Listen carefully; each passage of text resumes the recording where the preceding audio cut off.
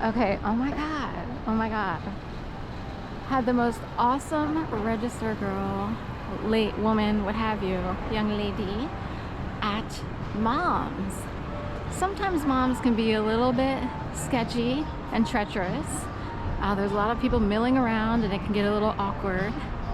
But we have someone working there right now who is such a joy and a delight that she totally made the experience of shopping there 10 times better.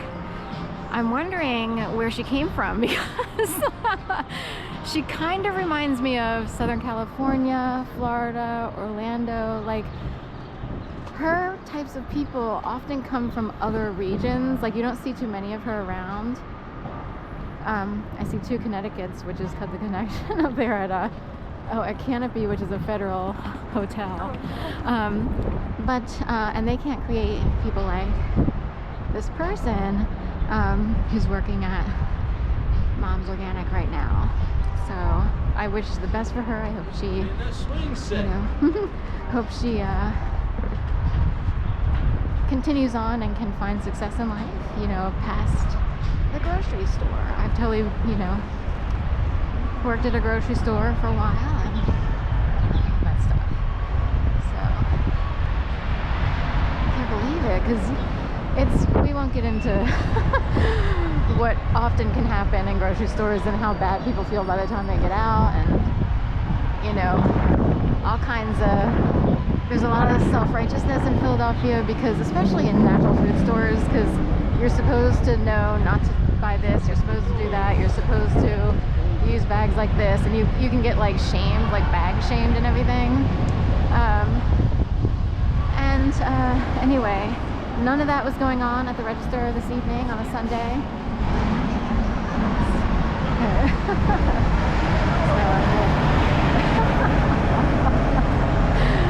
So anyway, also just passed a woman who reminds me of the woman who sells Lume, or Lume, deodorant and soap and stuff like that. And her shorts will go around on YouTube, and she is so funny. Apparently she was a gynecologist and decided to go into the deodorant selling business for all body parts, because often women are quite sensitive about, their bodies, and the aromas can, surface all over the place. So she came up with deodorant that works for all body parts.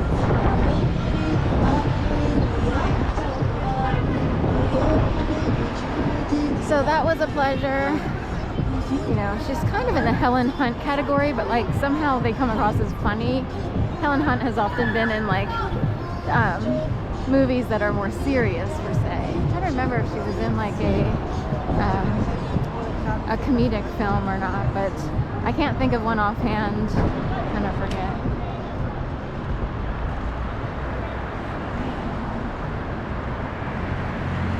Anyway, but in my last video, I was talking about, trying to figure out how to find a fruitful, existence here, and being able to earn a living and sort of get my career back or life back. In 2011, my world was turned upside down, and I was kind of trapped in, house sitting, dog walking, dog sitting. YouTube, Serpico Dreams. Thank you. Serpico Dreams. Thank you.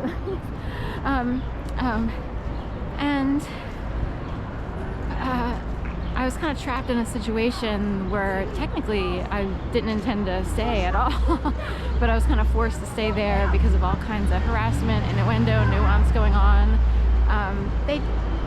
What started in 2011 was so bad, it kind of flipped my world into like, this is whack. Like, I could actually see the world being handled. It was like The Adjustment Bureau. That's another movie, The Adjustment Bureau. And I was like, that is weird. If groups of people could be handled or puppeted by the powers that be, you could almost see it because of what happened. It sort of stunned me into another dimension, if you will. And I was like, that is weird.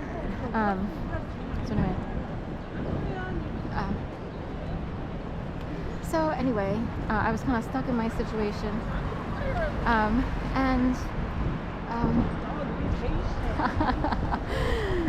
Play a little trick there. Oh, is she going 7-Eleven? Go ahead. So anyway, decided to change my mind and go this way instead. But it's very serious what happened.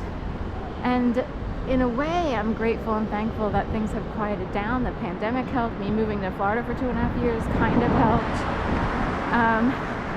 But I'm still trying to, have a normal life where I have a normal paycheck, I would like to move away from the city technically, have a home, a cat, a dog, stuff like that, simple things.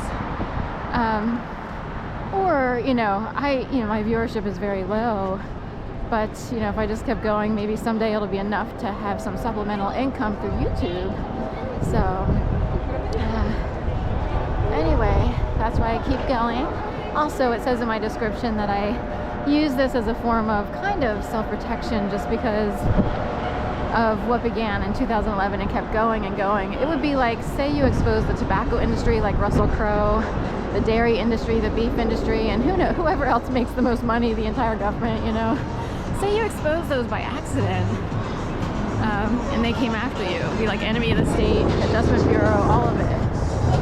So, the Truman Show, all of it. Any nightmare scenario was unfolding. I don't know how I survived, but there are powers that be out there who might have kept me going on some level. At least psychologically, because there's a huge psychological element. They call it death by 10,000 cuts.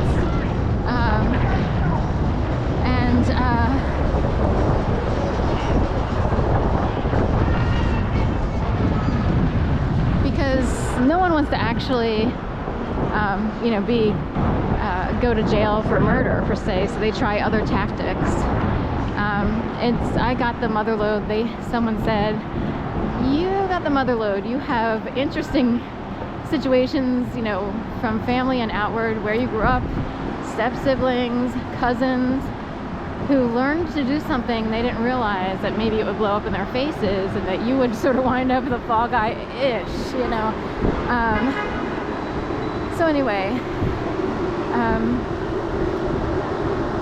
that's that. Hence Mobland, on the signage there. It's in that realm-ish. People grow up in certain ways. Their families believe in certain things for whatever reason. And then they operate accordingly. And they think that that's what works, and so forth and so on. So, anyway.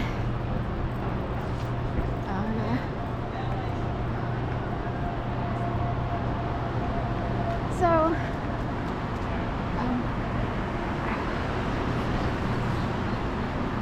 anyway, slowly on the mend here. It's, been, 10?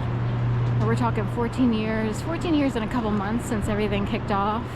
And it's like, let's go already.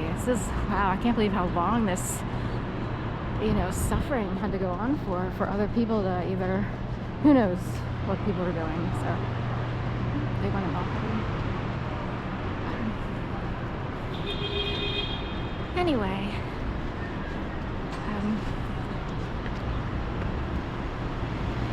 it's good to get outside, get the blood circulating. Some bad vibes usually surface late afternoon. Comment below if this happens to you, late afternoons, if you're at home or even at work, wherever you are. Do you pick up on weird vibes or vibes where it's like, whoa?